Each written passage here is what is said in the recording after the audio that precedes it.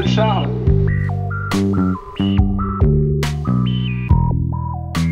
Le projet Robot Lycéen a été créé pour permettre à des enfants temporairement éloignés du milieu scolaire de suivre les cours, mais aussi de rompre avec l'isolement et de continuer à participer à la vie de classe.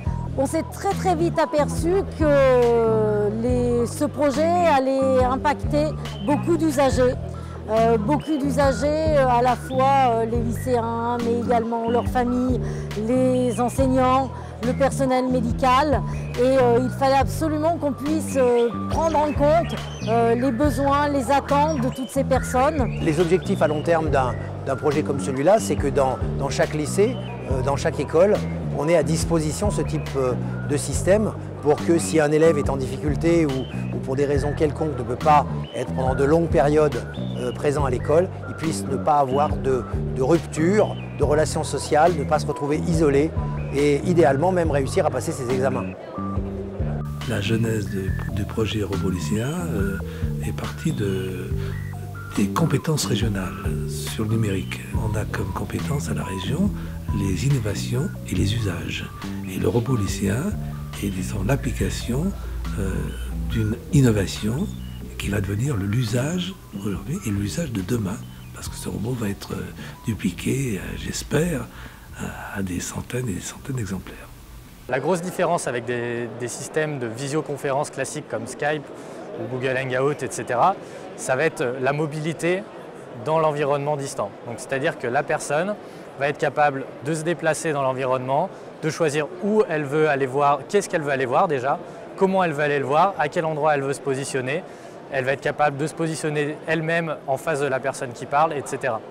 Ensuite, le deuxième aspect, c'est qu'elle va avoir une présence physique dans cet environnement.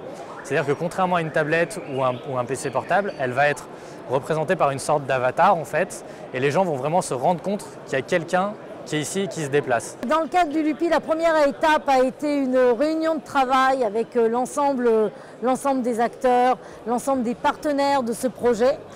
Et à partir de tout ça, donc, la Cité du Design nous a produit un certain nombre de scénarios sur la façon dont il serait pertinent d'utiliser le robot pour des lycéens absents et a fait ressortir un certain nombre de fonctionnalités principales comme voir, entendre, pouvoir se manifester.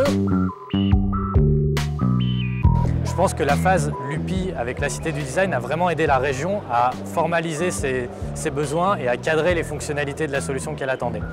Donc je pense que c'est une bonne phase, une phase d'avant-vente quasiment, une phase qu'on pourrait assimiler à de l'avant-vente ou de définition des besoins, de l'aider à formaliser son cahier des charges dans un environnement et dans un projet qui est très innovant. Tout ça nous a permis d'avoir un véritable échange sur la base du travail de la Cité du Design avec la société qu'on a retenue et d'aboutir à ce projet de façon très opérationnelle.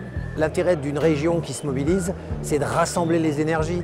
Donc on n'est pas simplement dans une entreprise qui est subventionnée, on est dans un groupe avec des chercheurs, avec des designers, avec des ingénieurs qui ensemble peuvent collaborer pour réussir la performance qu'on voit, à savoir le robot lycéen.